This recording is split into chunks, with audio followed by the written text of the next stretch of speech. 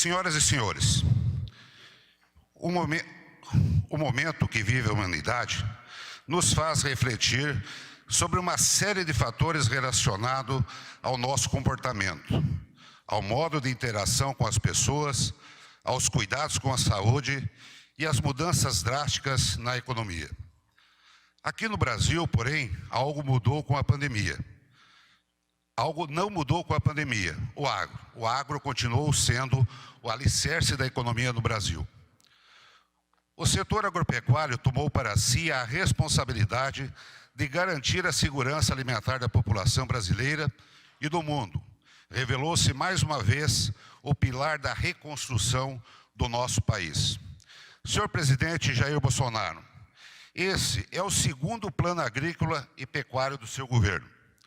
O primeiro nos brindou com mudanças estruturantes rumo à modernização da política agrícola brasileira. A MP do Agro, convertida na Lei 13986 de 2020, permitirá a diversificação das fontes de financiamento, trazendo recursos do mercado privado para aumentar o funding do setor.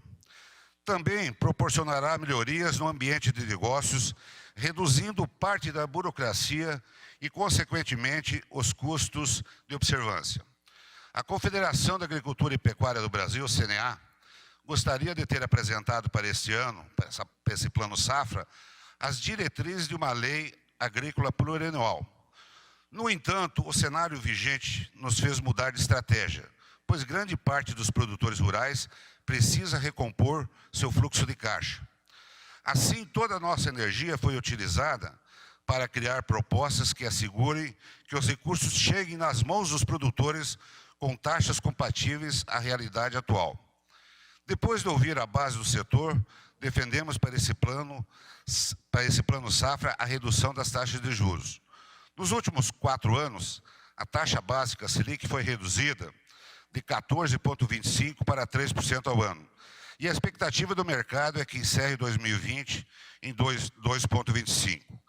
Caso se concretize, teremos 12 pontos percentuais de redução nesse período, enquanto a taxa do custeio agropecuário foi reduzida em apenas 1,5% percentual de 2016 até agora. Somos testemunhas do esforço dessa grande ministra, Tereza Cristina, na busca pela redução das taxas de juros.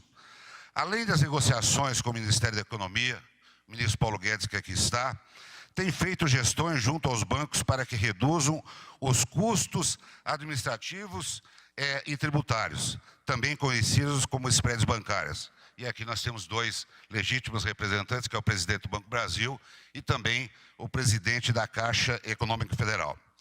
Entendemos que há exigências legais que contribuem para a elevação dessas taxas. Porém, acreditamos que seja a hora de rever o arcabouço regulatório do Sistema Financeiro Nacional no que se refere ao crédito rural.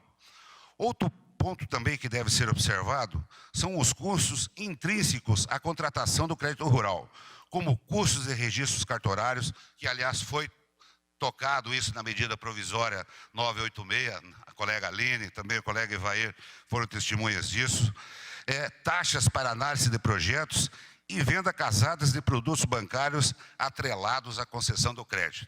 É aquele negócio, né? Eu vou lá no banco, eu tenho que fazer um seguro, eu tenho que fazer um monte de coisa. Quando eu vejo, a minha taxa sai lá em 10%, 12%, 15% ao ano.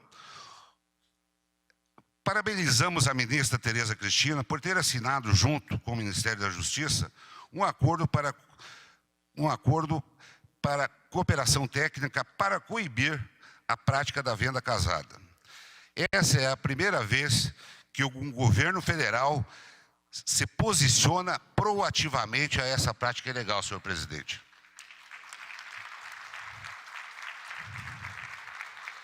Todos esses custos somados, a taxa básica da agricultura familiar, por exemplo, representa quase 3 vezes o valor da taxa original. Nesse caso, temos uma distorção total da política pública. Queremos, senhor presidente, é que haja eficiência na utilização dos recursos do Tesouro, principalmente naqueles destinados a pequenos e médios produtores. Não podemos deixar que esses recursos se percam ao longo do caminho. Destacamos ainda aqui a importância que o seu governo tem dado ao seguro rural, que acaba de ser anunciado aqui, 1,3 bilhão de reais. Nesse ato, tivemos o aporte de 1 bilhão no ano anterior e uma série de melhorias na respectiva regulação. Para a nova safra, certamente serão muitos produtores atendidos com esse programa, reduzindo parte da volatilidade inerente à nossa atividade. Nosso presidente João Martins, desde que assumiu a presidência da CNA, tem defendido reiteradamente mudança no paradigma de política agrícola, por meio do fortalecimento de instrumentos de gestão de risco para a atividade agropecuária. O avanço dos seguros rurais é essencial para a atração de fontes alternativas de financiamento para o setor do mercado privado, para o planejamento do produtor rural e para a garantia de renda. Para finalizar, é importante reforçar a competitividade e resiliência da agropecuária brasileira. Apesar de também não sermos imunes à crise, seguiremos produzindo e fazendo a nossa parte. Por isso, não podemos deixar de investir em tecnologia, fator-chave do sucesso do agro brasileiro. Precisamos pensar nas demandas modernas da agropecuária brasileira e, sem dúvida nenhuma, vem dando todo o respaldo ao nosso país. Para finalizar, eu queria aqui só deixar uma reflexão de que nesse momento de pandemia, muitas vezes a gente não avalia o que é segurança alimentar. O nosso país, ele produz numa safra para 6 anos consecutivos de segurança alimentar, ministro Onyx Lorenzoni. Num ano, nós produzimos para 6. E fica aqui uma reflexão do quão é importante esse momento de protagonismo no Brasil perante o mundo, imaginando nós que não só a ida e vinda das pessoas tivesse dificuldade nesse momento de pandemia, mas sim também o comércio internacional, o comércio, a exportação, a importação de alimentos no mundo.